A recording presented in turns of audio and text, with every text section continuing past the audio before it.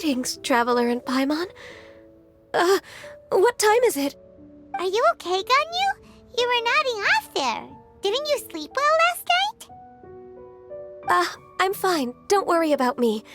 Let's discuss the matter at hand. Since last time, I've been thinking a lot about the story Paimon told me. In essence, someone rescued a drowning man and performed some music.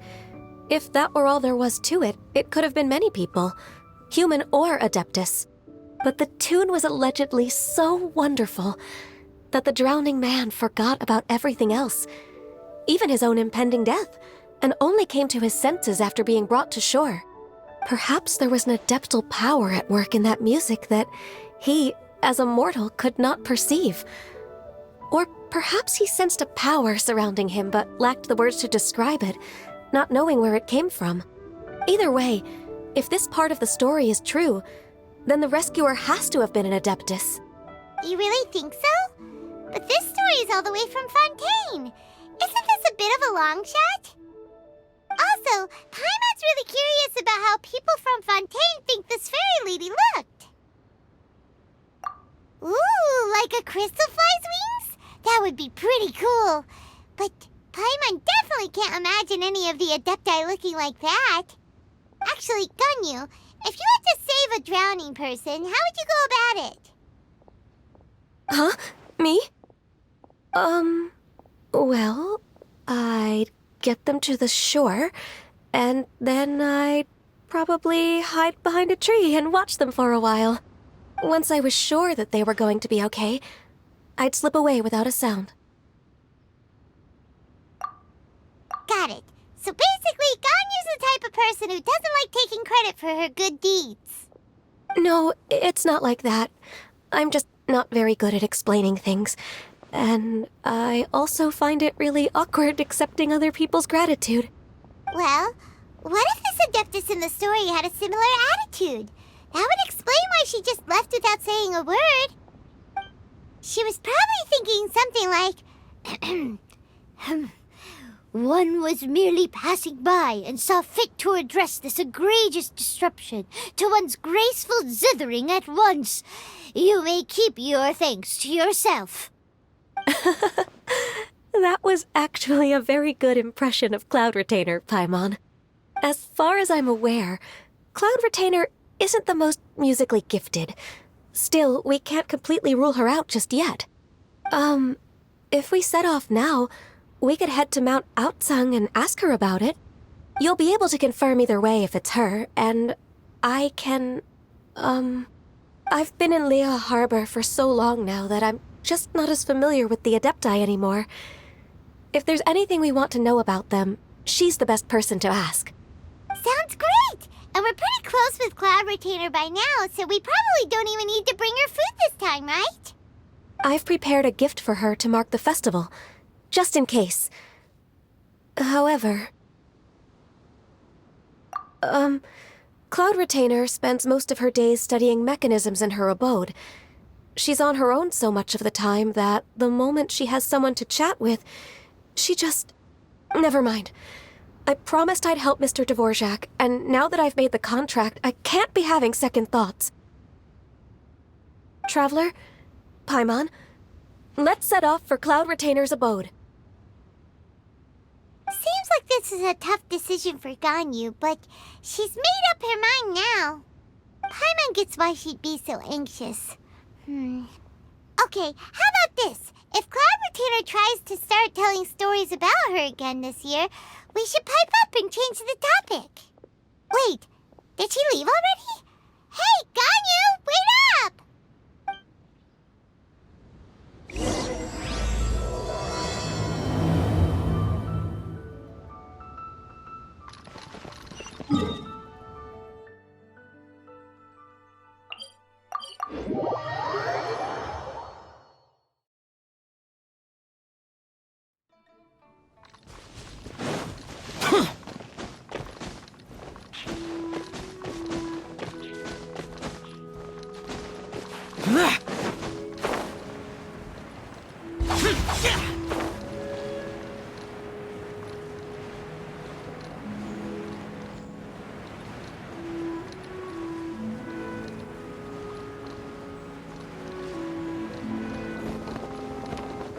fine.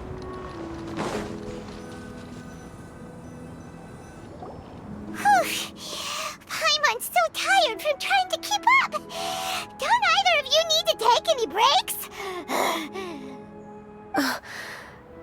I can't believe it. Cloud Retainer is not here. Huh? Did we miss her? She doesn't like to travel, so in the past, it's always been the other Adepti who come to visit her during the festivals. Somehow Paimon doubts that anything could cause serious trouble for her. True. Now that I think about it, Cloud Retainer would be quite capable of taking care of anything on her own.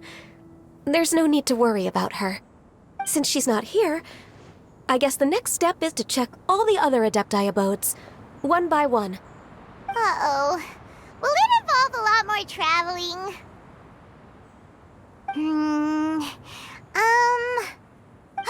Got it!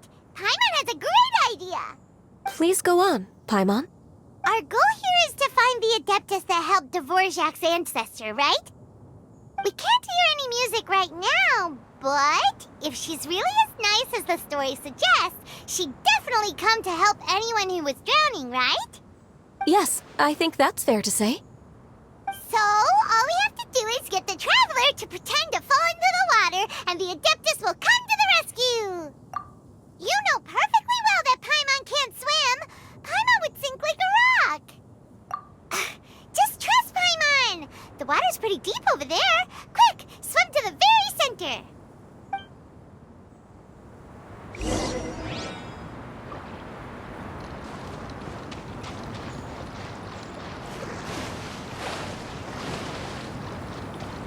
Useless! Help! Help! Someone's drowning! If only there was a kind-hearted Adeptus here to save us! Oh no! Whatever will a Paimon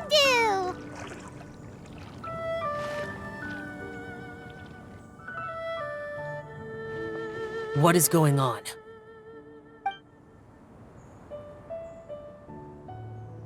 How do you feel right now? Shenhe!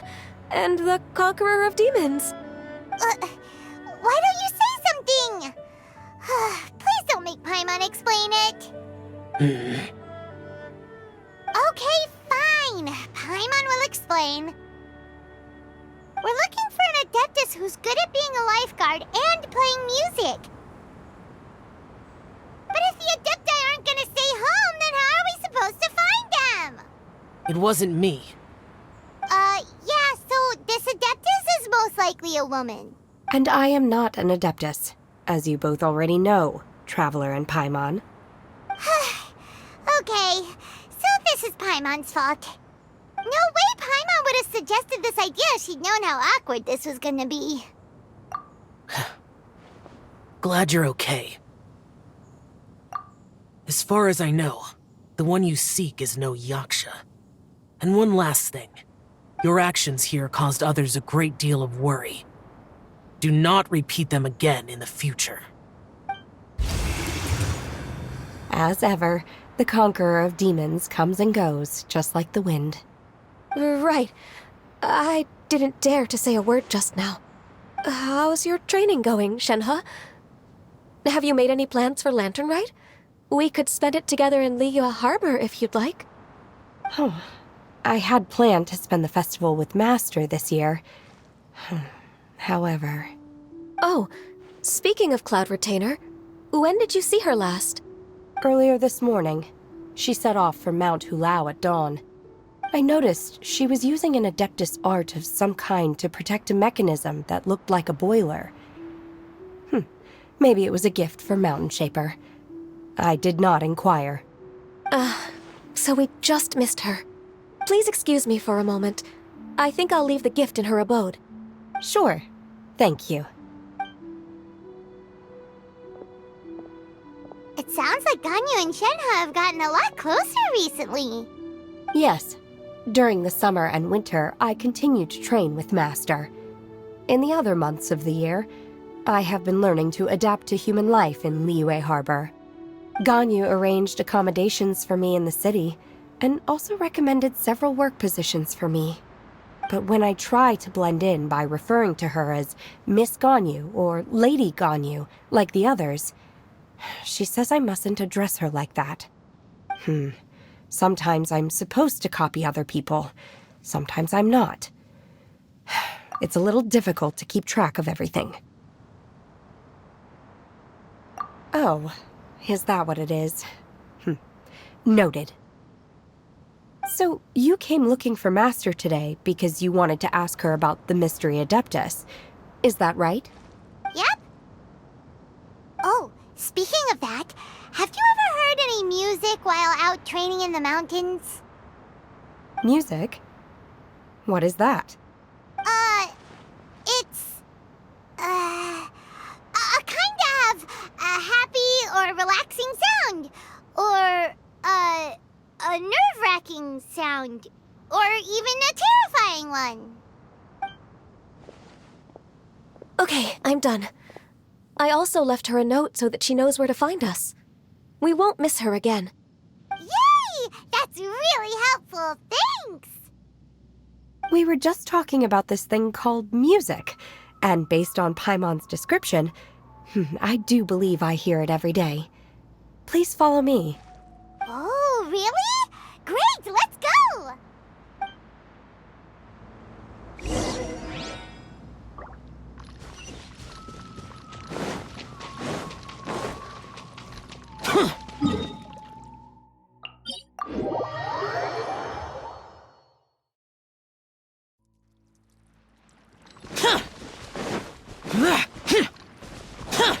Useless.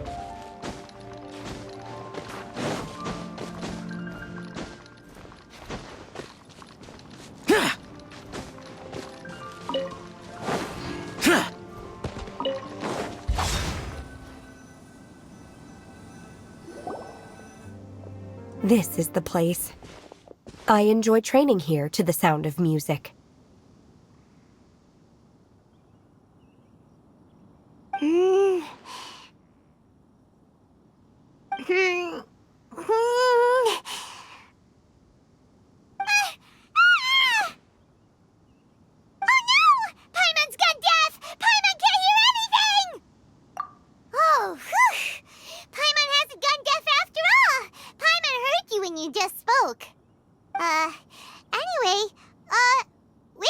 Music. The faint sound of birdsong, the quiet murmur of the streams. These are relaxing sounds. Are they not the music of which you speak? Oh, Paimon wasn't quite done with the description. Okay, fine, it's all Paimon's fault. What we're looking for are not the sounds of nature, but melodies played on special instruments.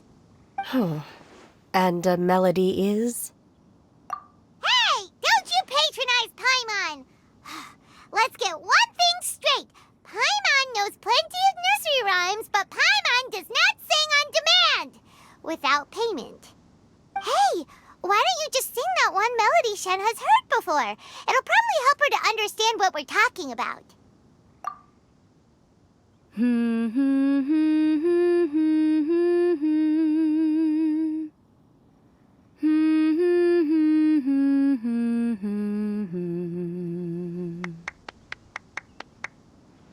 Oh, was that from the opera that Yoonjin sang? That was a melody, and melodies can be called music. It felt like I was transported back to the past. In my mind's eye, I could see the Zhao lanterns lighting up the night sky again. We're all there, raising our glasses and drinking to our heart's content on the Jade Chamber. As I watched Yoonjin's performance, I felt a warm sensation in my heart. And as the drink reached my stomach, it went from warm to hot. When you hummed that melody just now, feelings from a whole year ago came right back to me, as strong as they were on that day. So that's the power of music. Wow, Shenhe. That was so deep. Music definitely has the power to bring up memories. It's like a time capsule with all the special moments from our lives squished inside. What about you, Ganyu? Are there any melodies that have left a deep impression on you? I don't remember if my parents ever sang any lullabies to me. I know some local folk songs, and a few other things come to mind too. The songs of the sailors down at the docks, the little ditties that the vendors call out in front of their beloved shops, the tunes of folk artists performing on the streets. Yes, that's right. In the past, whenever I heard the sound of those tunes, I always felt that they were worlds apart from me.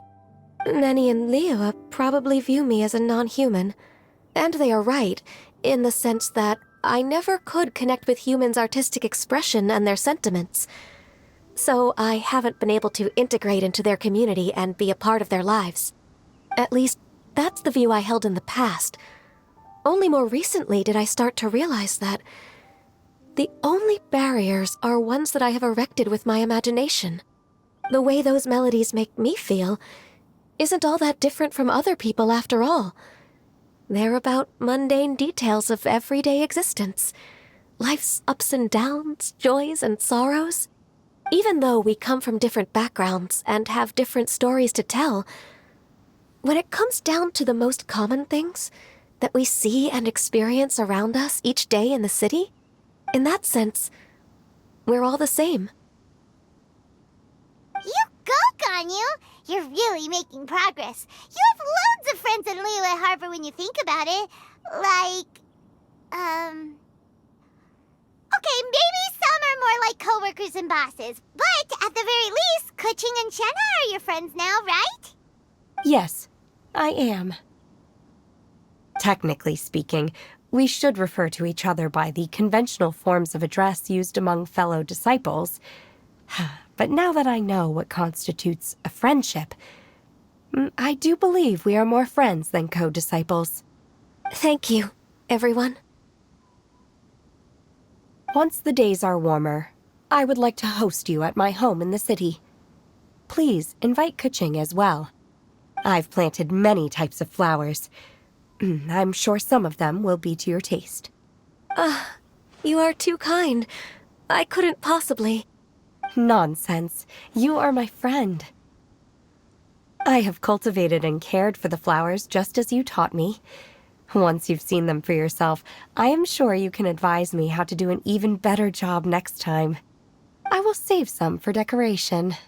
We can feast on the rest. Then, thank you in advance. Wait, what is that saying again? If you insist? Do people say that? I'm not completely sure either. It doesn't matter, okay? You got the point across. No need to split hairs. Paimon's more concerned about your idea of a girls' night out. Eating flowers? Really? Does this have anything to do with you both being the disciples of that illuminated bird? Who dares refer to one not by one's Adeptus title, but merely as that illuminated bird? Master. Our greetings, Cloud Retainer. Ah! There it is! The illuminated bird has landed! Double humph. Now she has the gall to use it rather than she, even after being chastised once already? Barely a moment has passed since we last met, and yet your impertinence has reached new heights. Very well. If you refuse to learn your lesson, one shall scold you no further. One has received your message from Ganyu. On the matter of the Adeptus you seek, one suspects to know their identity. Well, shall one lead the way? I still have to complete my training for today, so I will bid farewell to everyone here. Very well.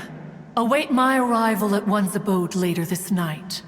On this special occasion, you should indulge yourself with some savory dishes. If you want to release a Xiao Lantern, come and find us anytime.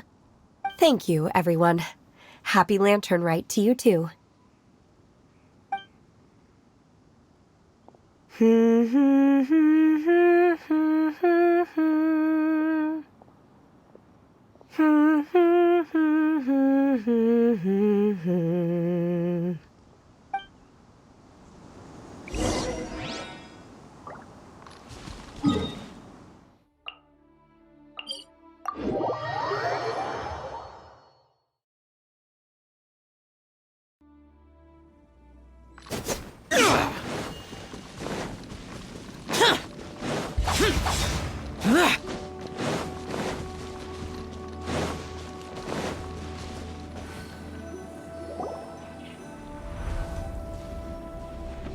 Is this Quaily Plains? Cloud Retainer, why did you bring us here? Ganyu is of course familiar with the name Guizhong, but have you ever heard of her? Guizhong is another name of Agentis, the god of dust. She was extroverted in nature and adored social gatherings and inventions alike. Long ago, this region was yet a prosperous assembly. Guizhong often invited her friends to visit her home, reserving for us seats around the largest stone table. Sea Gazer would always bring out his latest treasure and place it upon the table. He could be quite the braggart. Though usually a mild-mannered fellow, when it came to those collectibles he was so fond of, he always loved to show them off. Paimon remembers that name. So that's what Sea Gazer was like. He was an old friend and a former rival. One has many memories of him.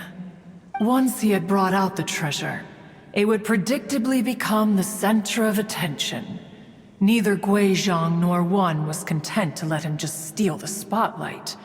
So we would then also present our proudest mechanical creations. As Adepti, we were each gifted in our own ways, and naturally proud of our accomplishments in our respective fields of expertise. As a result, one often quarreled with Sea Gazer. His treasures were not even of his own making. He just used his exploration skills to dig them out of the ground. How, pray tell, could he compare to me, when every single one of one's accomplishments were crafted by one's own hand? Cloud Retainer, you are getting competitive again. One digresses. Regardless, every time an argument occurred, Guizhong would come over to watch us during our mutual lambastics. On some occasions, she would join in, and on others, she'd take one of us by the limb and start uttering the most ridiculous nonsense. What kind of nonsense? No kind of nonsense were we spared. Sometimes she would brazenly opine, why argue between yourselves when neither of you could ever hope to beat me? Other times, she would make unsolicited suggestions, such as, once you two are done arguing, let's go to the foot of the mountain and grill some meat. She always sought to make everyone happy, and one must say, she had quite the gift for it. No matter what nonsense she said, one never felt bothered or offended. It also helped that she never referred to one as that illuminated bird or ladybird. Come on, get over yourself! Anyway, just as our impassioned arguments would reach the apex of acrimony, Marchosius would bring his delectable dishes to the table. Who would dare snub the stove god and his wondrous creations? At the sight of him, we would all immediately drop the argument and prepare the table for a night of feasting and drinking. Back then, one was always bothered by how the cups Rex Lapis brought were always too square for one's taste. Can you see yourselves ever enjoying a drink from a square cup? Then you are most tolerant, but that is its own virtue. Even one could never find fault with Marchosius's cooking. As we ate, Guizhong would continue to find topics for conversation, filling the table with humor and laughter. Each of those old fossils had their character flaws and points of obstinacy. So why was it that whenever we dined together, we always had a marvelous time? We would drink together from a spot high in the mountains, until the moon set and the sun rose, and only then would the banquet finally come to an end. Streetwood Rambler would often remain to admire the flowers with Guizhong before returning to her own abode. The glaze lilies were far more abundant back then. Entire fields of them would appear to the eye as a veritable sea of flowers. Streetward Rambler? That would be Ping. You probably know her as Madam Ping. Oh, okay. Wait, this is a lovely story and everything, but didn't we come here to find that Adeptus from Mr. Dvorak's story? Or are you saying that it was Guizhong? Didn't she, already, Alas, long has one avoided this place for precisely that reason. The sights here are a reminder of a time long gone, and evoke much sorrow.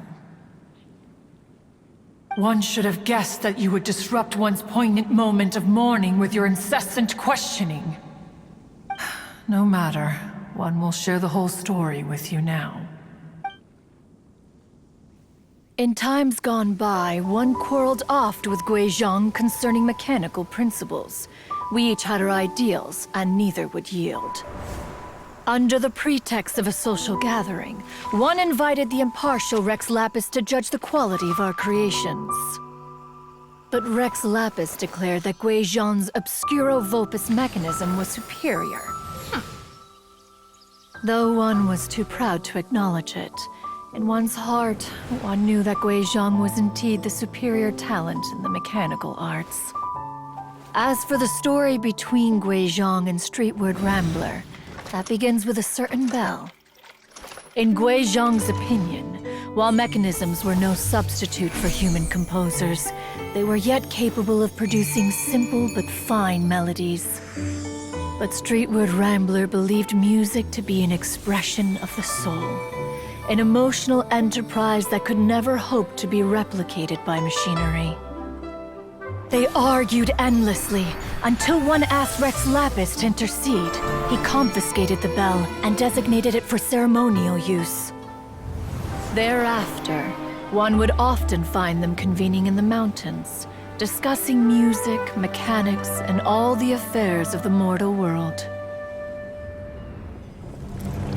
But these good times were not to last. War broke out between the gods, and soon engulfed the Guili Plains. Guizhong was overpowered by the enemy, and fell in battle. When Streetwood Rambler and I arrived at the scene at long last, all that remained among the ruins was her lifeless body. After this, at Streetwood Rambler's request, Rex Lapis granted her the cleansing bell for safekeeping.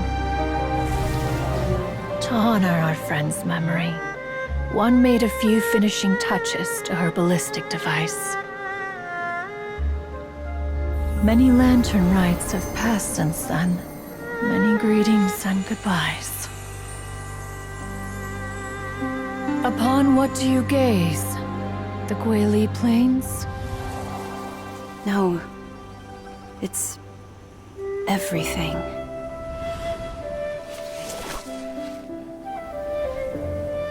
We think of human life as like a lantern that's lit one minute and extinguished the next.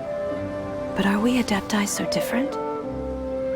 Perhaps as dust settles after a storm, we too must one day return to the world below.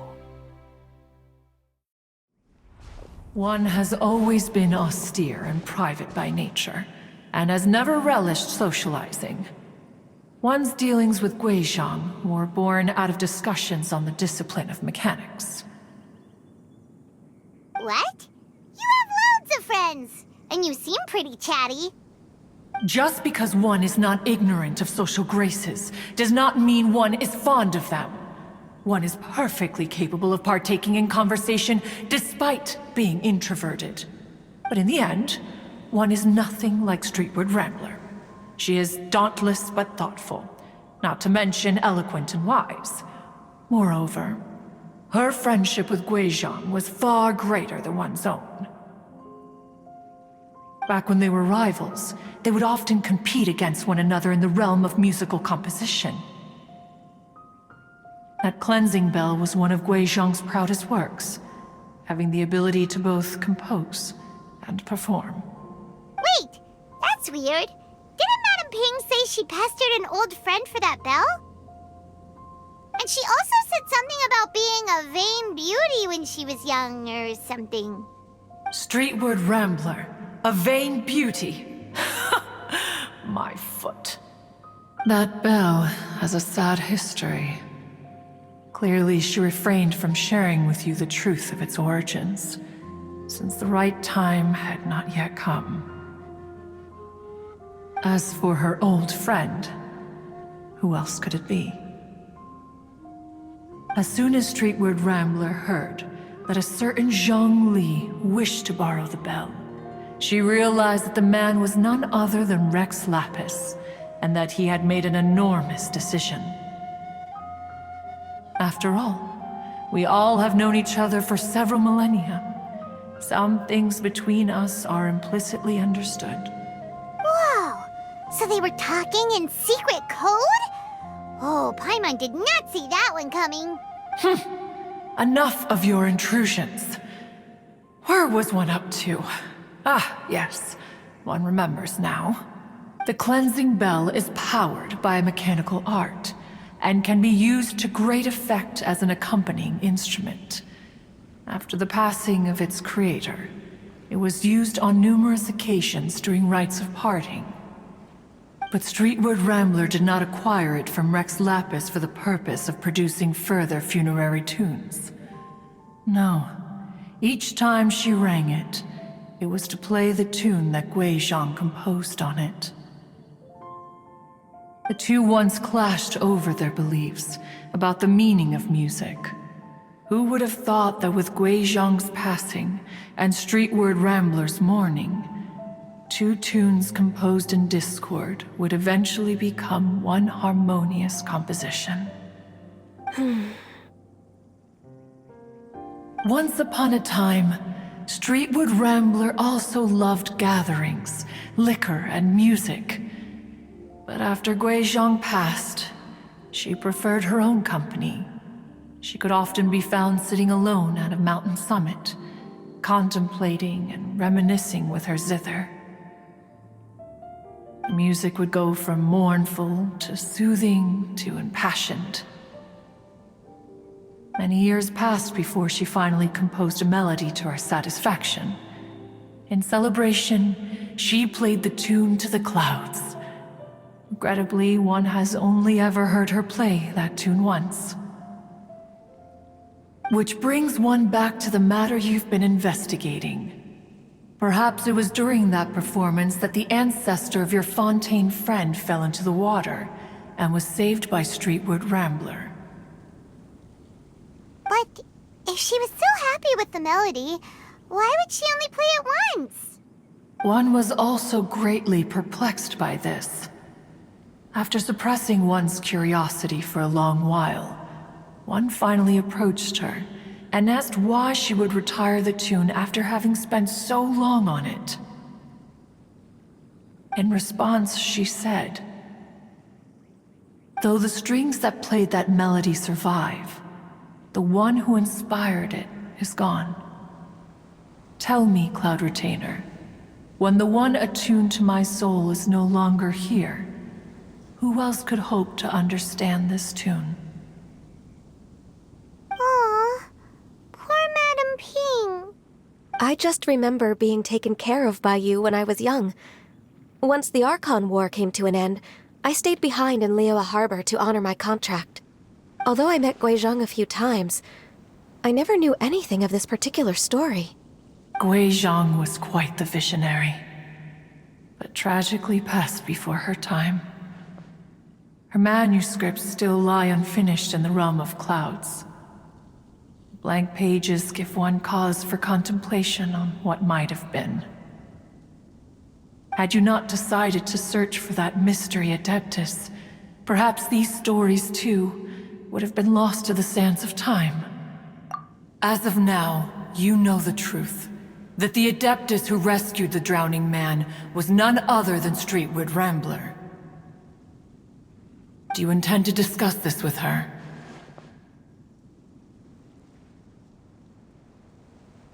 Do you mean Ping might find the topic too distressing? Precisely. The passing of our old friend is a heavy topic that both of us are usually careful to avoid. If I may be so bold, Cloud Retainer, could it be that this is just your own personal opinion? Oh? How so? I've been in Leo Harbor for quite a long time now, and I've witnessed many farewells along the way, so I too am well acquainted with the pain of the passing of a loved one. But this doesn't bring the city or its people to a standstill. They have to keep moving forward. Someone as perceptive and wise as Ping will surely have come to understand and embrace this. Though these immortal mountains have lost an Adeptus, the harbor of mortals has gained a wise elder.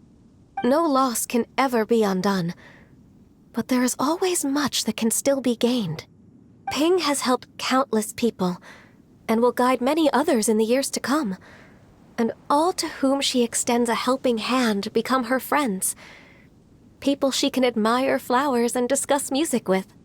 Though it is heartbreaking to lose a kindred spirit, life goes on, because there are new friends waiting for you further down the road. We even asked Madame Ping what she thought about adding a music festival to this year's Lantern Rite. Oh, when we get back, why don't we just ask her if she'd like to perform? Maybe we can even get her up on stage. You youngsters and your imaginations.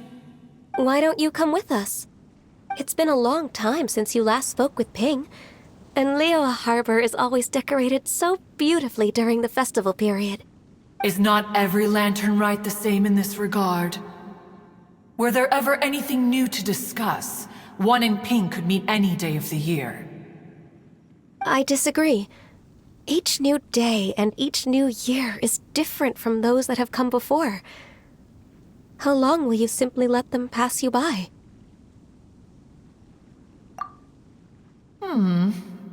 The edibles she brought this time were indeed quite delectable. Very well. Then one will be off. If the other old fossils have sneaked away into the city to amuse themselves, one shall soon find out. All right. We should be getting back to the harbor as well. We don't want to keep her waiting. Once the Guili Assembly, now the Guili Plains. Say, if we planted flowers there and cared for them carefully enough, do you think that one day we'd be able to recreate the Sea of Glaze Lilies? Allow one to take back one's praise from a moment prior. You are still far too given to flights of fancy, child. What? Cloud Retainer? You were still listening? One observed that you were making no effort to leave, and returned to chasten and hasten you. This time, one is departing in earnest.